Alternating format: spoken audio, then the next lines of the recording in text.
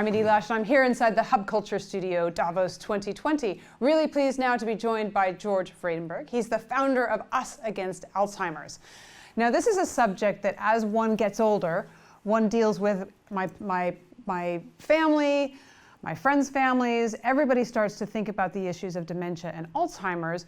But it's interesting that I think your perspective is that it's a growing issue around the world. Tell me some of the facts around it and why we need to grasp with it as a society. This is the epidemic of the 21st century. It's 150 million families by middle century, and you take 150 million families, that's probably close to 500 million people are going to be affected by this by mid-century.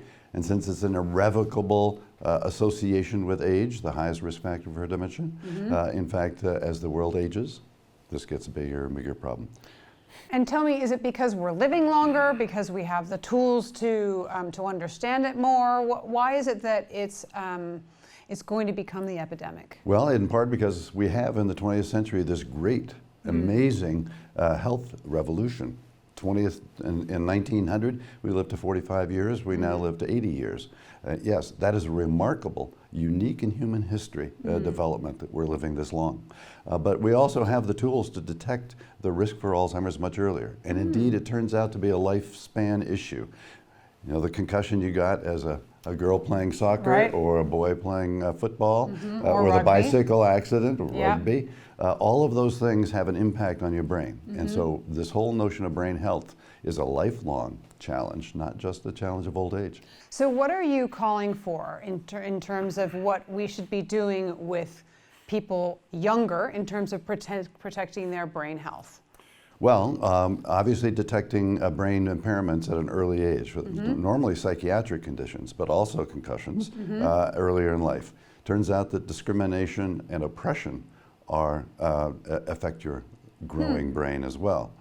So it's the entire lifespan. So what are we calling for? Right now we're calling for greater resource for this and a greater speed on the part of industry and on the part of academic researchers and on the part of government. So greater collaboration, greater speed, greater resource. Where do you see the biggest blockage? Is it in cooperation with government? Is it cooperation with industry?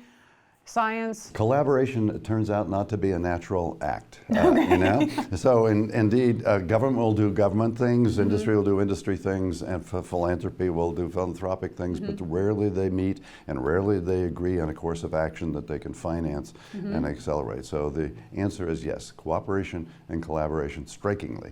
So Us Against Alzheimer's is patient-led. The people who founded this organization are families. My family has had 3 generations of individuals with Alzheimer's. That starts in the 1970s, 1990s, and today.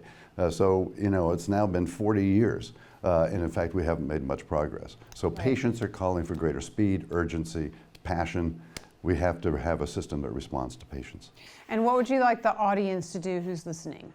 Think about your brain and your brain health your entire life. Everything that happens during the course of your life is either developing your brain or impeding its development. So think about your brain. What can we do to help brain health? Pay attention to it, because basically we take it for granted. Doctors don't know how to talk to you about your brain health. They talk to you about every other organ in your body except the one that's running things. So indeed, we need to talk to doctors to get them educated, to learn how it is that they can help us maintain our brain health. And indeed, there are lots of things you can do during the course of your life to maintain your brain health. So stay curious, meditate. What are the other things you can do? Meditation, rest your brain, sleep. Sleep turns out to be super big important. Hard to do here. Diet and exercise, obviously, for things that help your heart, help your brain. So in fact, paying attention to what is good for your brain all your life is critical to your late life, your brain's late life capacity to resist disease. All right, George, thank you very much for stopping by the Hub Culture Studio, Davos 2020, and I'm Edie Lush.